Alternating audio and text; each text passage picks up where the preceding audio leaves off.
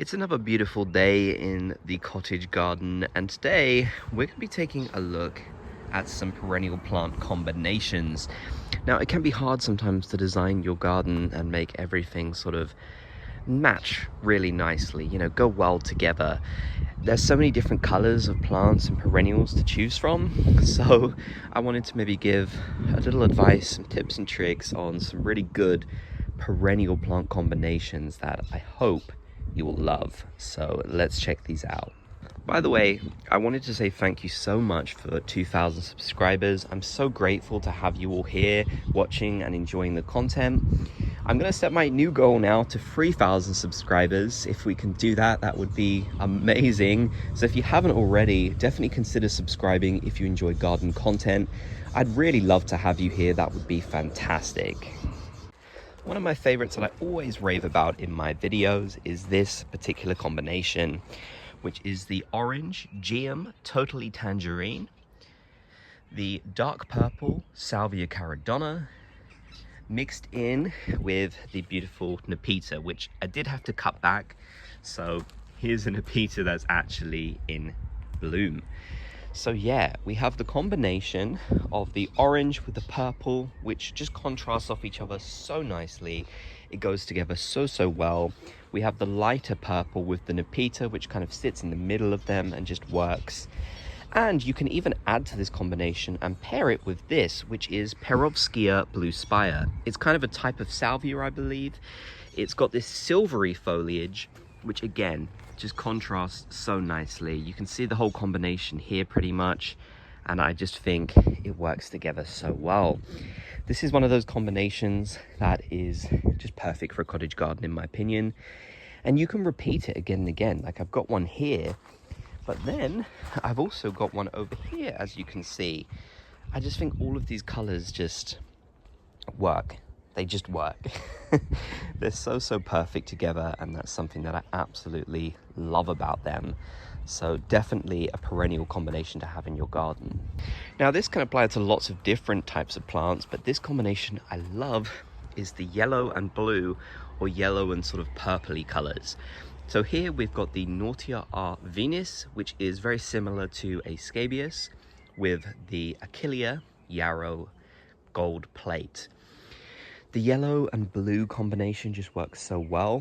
For example, back there, you can see the spiky ones. I have some Eryngium, which is known as the sea holly, which will come out in blue, and it'll contrast really nicely with this yellow. Blue and yellow is an amazing perennial plant combination.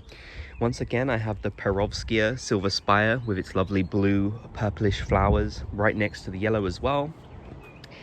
And I've also paired in some perennial grasses. You can choose whatever ones you want. I believe this one is Miscanthus Ferna Austin, I'm pretty sure.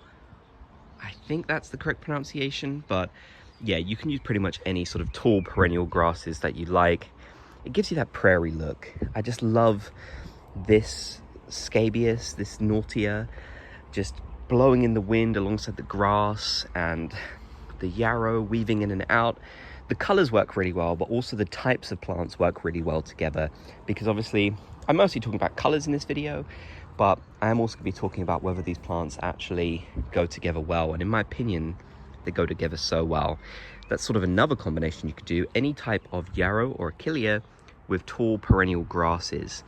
It's just such a lovely combination. Here's another one as well. This one is Cloth of Gold, I believe, which is being loved by this ladybug.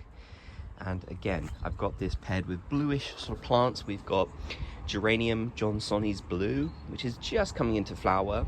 We've also got the sort of bluish, kind of purplish Nepeta Walker's Low paired with this.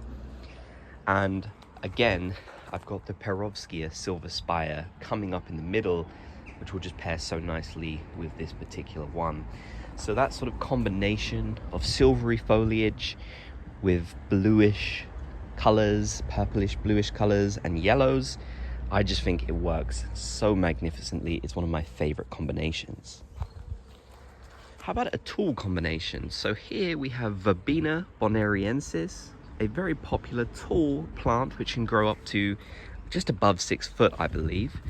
Very airy, very tall. You can really plant it wherever you want because it's so airy. And next to it we have the Nautia. So once again, we have the Nautia arvensis. I believe this one is actually the Macedonian scabious because it's got the sort of darker purpley pink flowers. It goes so well with the verbena. They pair so nicely because of the fact they're so airy together. So you have this plant, the Nautia, weaving in and out of the verbena, with the verbena growing nice and tall through it. So that is a combination I really, really love, and I think it just works so well. Here's another one that's coming into flower in terms of yellow and blue. We've still got this yellow plate of gold achillea, but we have some beautiful Echinops globe thistle. Now these will be blue colored thistly plants, and they will sort of come up right next to the yarrow, the achillea, and look really incredible. Yes, there's definitely a theme in this video of yellow and blue, I know. So if you don't like yellow and blue, I'm sorry, but I do think these are some of the best combinations you can have, and I love Echinops. But basically, the point of this border back here is to be a prairie border. So we've got lots of grasses which are taking their time to come up. We've got lots of thistles and sort of thistly-like plants like the Echinops. We've got taller sort of ones that sort of blow in the wind and such, like the tall verbena.